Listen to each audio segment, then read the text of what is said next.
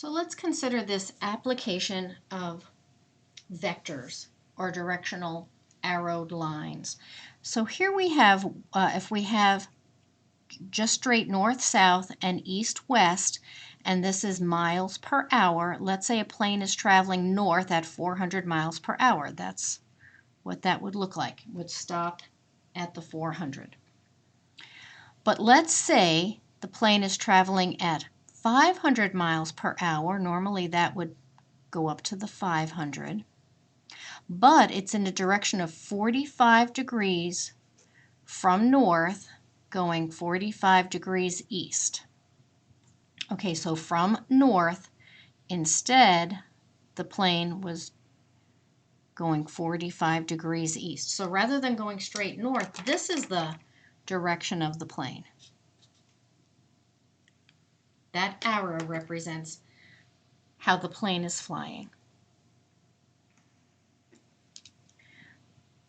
All right, here, what does the wind blowing directly east at 25 miles an hour look like? Directly east would look like that. Or if our wind was blowing north 30 degrees east, it would be as if it was going north, and then we would shift over 30 degrees.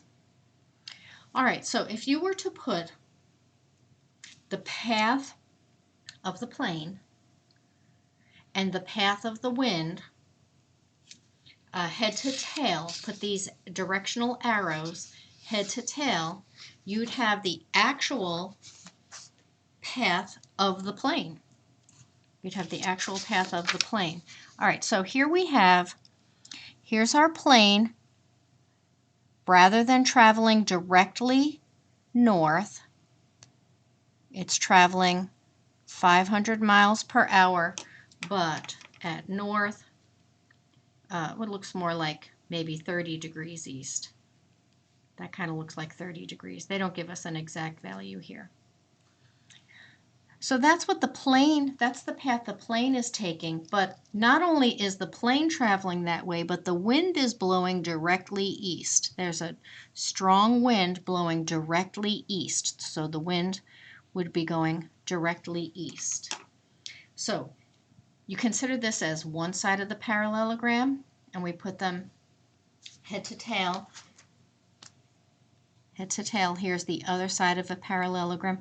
This is actually the flight path of the plane. The plane was set on a course, and then the wind was blowing it east, and this diagonal is actually the flight path of the plane. So just an idea to get you interested in some of the applications of not only here vectors, but of parallelograms and how diagonals are used.